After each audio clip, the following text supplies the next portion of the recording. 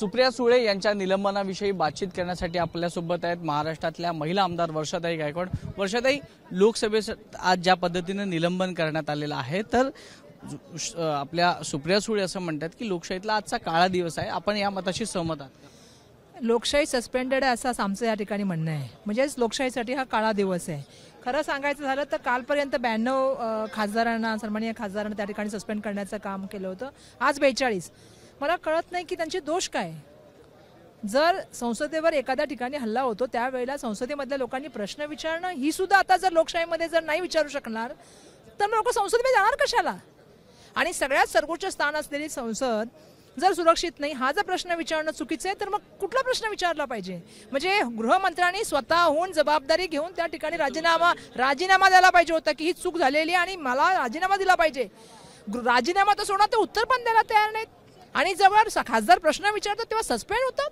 ही कुठली नवीन परंपरा या सरकारने सुरू केलेली, केंद्र सरकारने, आणि दुर्दैवाने ही परंपरा आता खूप मोठ्या प्रमाणामध्ये, म्हणजे आज तुम्ही विचार करा की आज महाराष्ट्राचे 2 जरी खासदार असले तरी पूर्ण भारतभरामधले किती खासदार झाले? जवळपास 140 पेक्षा जास्त खासदार जे आहेत ते सस्पेंडेड आहेत। आणि दोष काय? कोणी करप्शनमुळे किंवा याच्यामुळे नाही सस्पेंडेड आहे। प्रश्न याडला, त्या दिवशी ती मुलं शिरली त्याबद्दल प्रश्न झाला, गोंधळ केला म्हणून सस्पेंडेड आहे।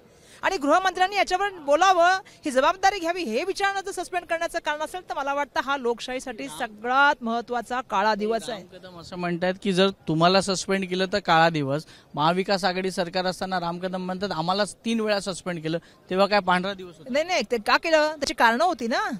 असं होतं का की विधानसभेमध्ये कोणी घुसलं होतं, विधानसभेमध्ये जाऊन त्यांनी काही धुराच टाकलं होतं, असं काय केलं होतं का? प्रश्न असा आहे की सस्पेंड व्हायचे कारण पण वेगळे वेगळे आहेत ना। तुम्ही असं म्हणाल की सगळेच असे आहेत आणि सगळंच आहे, असं नाही ना। ही परिस्थिती का नाही उद्भवली? म्हणजे संसदेबद्दल जर हल्ला होत असेल तर त्याच्याबद्दल बोलायचं नाही। आणि ज्या खासदारांच्या पत्रावर गेलं ते खासदाराचं पत्र कोणाचं आहे? राम कदमांनी काय केलं होतं ते तुम्हाला पण माहिती आहे। राम कदम जर स्वतःला ह्या गोष्टीशी संलग्न करत असेल तर राम कदमजी तुम्ही खोटं बोलण्याचं काम, आणि भाजपाची ती जी सवय आहे ना, मला म्हणजे बोलायला पाहिजे, खोटं बोलायचं पण ते रेटून बोलायचं ही बंद झाली पाहिजे। त्यांचं मत आहे की लोकसभेची आयुध वापरूनच हे निलंबन केलं। कुठे नाही, आयुध वापरली मग सांगा, तुम्ही मला सांगा, तुम्ही पत्रकार आहात, जर संसदेमध्ये जाऊन आता इथे उद्या काही घटना झाली तर आमदार म्हणून आम्ही प्रश्न विचारायचे नाही, मतदारसंघात एखादी घटना झाली तर आमदार म्हणून प्रश्न, आम्ही कसं विचारायचे? ज्या ठिकाणी आपण संसदेमधले इतके खासदार त्या ठिकाणी बसलेले आहेत, अशा अचानक एखादी घटना घडते त्याच्यावर प्रश्न विचारायचं नाही। मग उद्या देशावर प्रश्न निर्माण झाले तर प्रश्न विचारायचे म्हणतील की तुम्ही देशावर प्रश्न विचारायचे नाही, म्हणजे काय? म्हणजे विरोधकांनी यायचं कशाला? मग ही लोकशाही कशाला आहे? मग ही संसद कशाला आहे? हे विधानसभा कशाला आहे? मग बंदच करून टाकलं पाहिजे एखाद्याने। आता हळूहळू मला वाटतं आपण हुकुमशाहीकडे चाललोय की काय, हे आता आपण तपासलं पाहिजे। धन्यवाद आमच्याशी बातचीत केल्याबद्दल। कॅमेरा पर्सन रुपेश शेलारसह वैभव परब, ABP माझा, नागपूर।